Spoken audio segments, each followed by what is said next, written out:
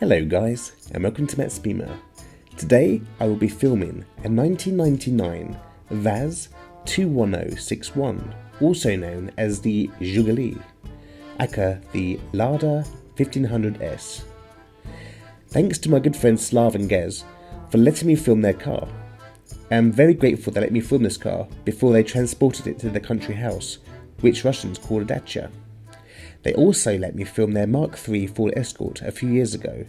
I shall leave a link down below, and soon I will be filming their Dodge GrandCaravan if you're into American cars.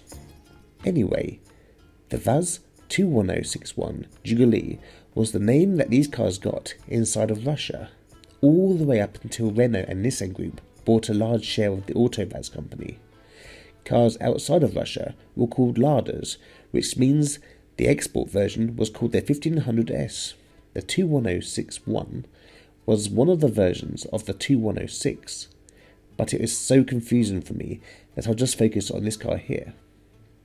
The 2106 in general was built from 1976 up until 2006. This 21061, aka the 1500S, was powered by a petrol 1.6 engine which had the name VAZ 2103. Coupled to a manual transmission. Oh, did I say these cars are rear-wheel drive? I love rear-wheel drive. Anyway, let's look at this car. It is finished in white. I don't think they had a fancy name for this colour. I believe that the owners will one day restore this car to make it into a Russian police car replica. If you are interested in this restoration, please let me know down below. Starting at the front of the car, we have the Viking ship, which has the Lada and VAZ logo. This type of Viking ship is also known as Lada in Russian. The black and chrome badge sits centrally on the black coloured grille. One thing I like about this car is the quad headlights. Okay, they're nothing special, but it reminds me of the old school BMWs back in the day with their halogen bulbs. What makes me smile on this car though is the black tape and the water inside. I was expecting a fish to swim past. Below the headlights are the indicators and side lights. The front bumper is chrome styled with black plastic details to give it some extra style. Very simple, but it kind of works.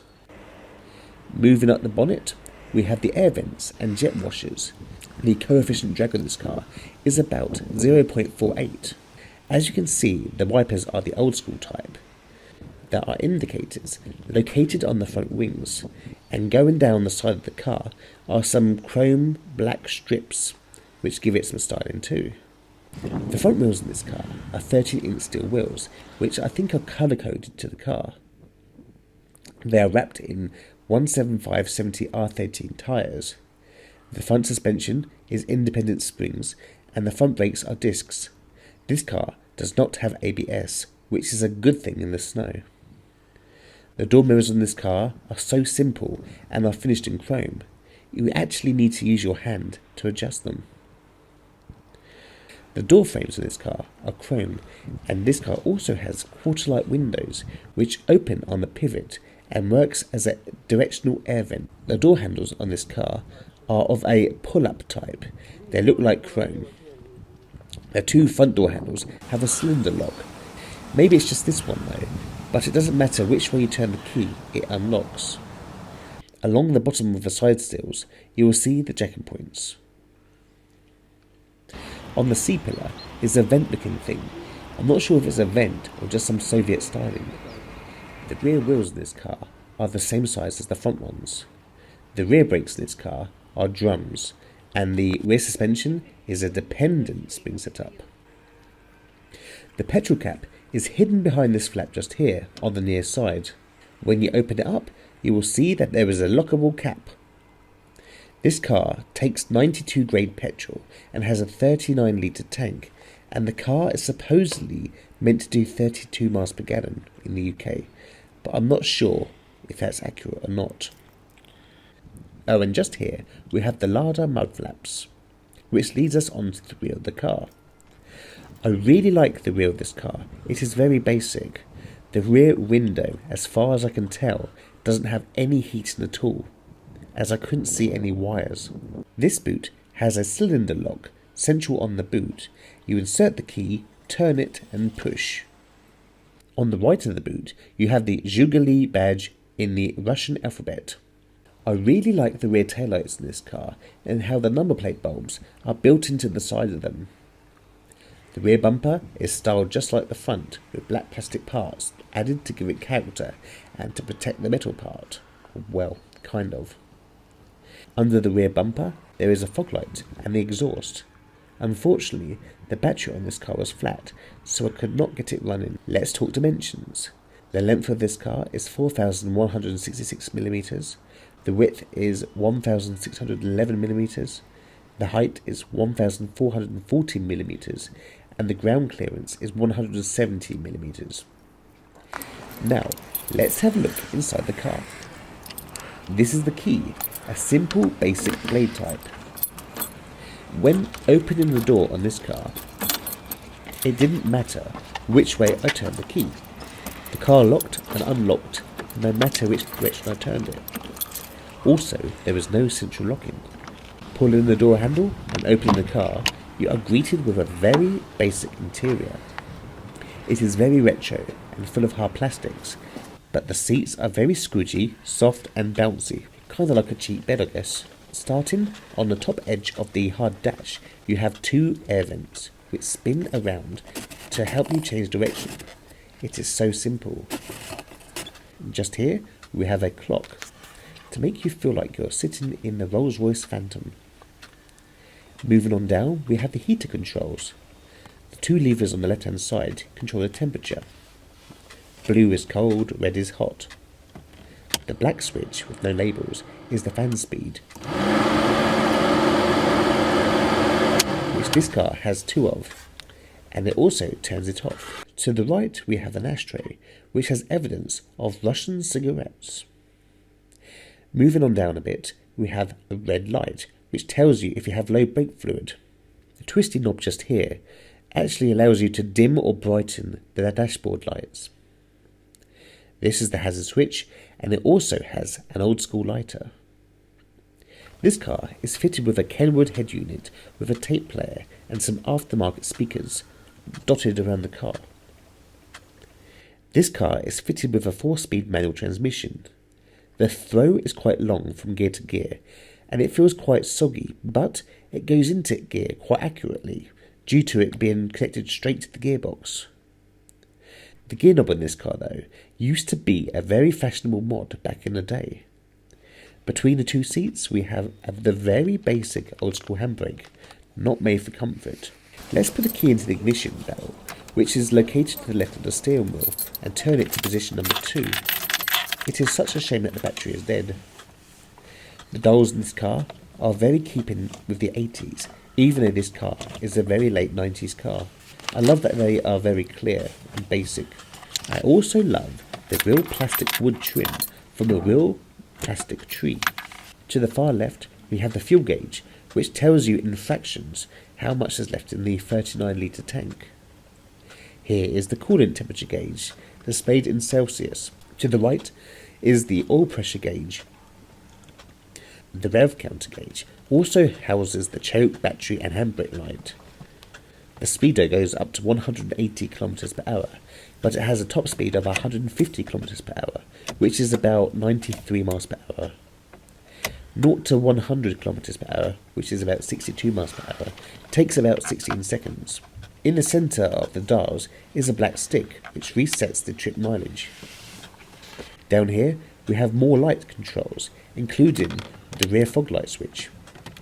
This car has no power steering or airbag, but it does have a horn, bang in the centre. To the left of the wheel are two stalks, the indicator and the headlight controls. To the right of the stalk, to the right there is one stalk, which is the wiper controls. To the right of your right knee is where the manual choke is, and also a lever which sends the hot or cold air to the windscreen or down to your feet. Very basic. To the left, near the door, you have the bonnet release, which isn't actually working on this car. This here is a very scary looking fuse box, I've never seen one like this before. It kind of reminds me of an old house. The door on this car is very basic. It has adjustable quarter-light windows, which allows you to direct air wherever you want. It also has keep-fit windows, a flimsy door release, which should actually have some chrome detailing. And also, there is a door grab, which is supposed to be an armrest, not really made for big Russian-sized arms. As with the rest of the car, there are plenty of hard plastics. This door is the lucky one, which has an aftermarket speaker. This little switch here turns the interior lighting on and off. Moving up top, we have the sun visors. The driver's one gets a place to put your Russian car documents. The rear view mirror is very, very basic. And the passenger's sun visor has no extras at all. Everyone, though, gets a handle up top to grab onto, apart from the driver. Both B-pillars get interior lighting, which can be turned on and off with a little black switch. The seats are quite soft and very bouncy, a bit like a cheap bed. The sitting position is quite unusual for me, and the pedals seemed at an odd angle. You can also adjust the seats back and forth and adjust the backrest. The glove box in this car opens upwards. It has plastic wood trim and chrome detailing. It is pretty big inside considering. Let's have a look in the back.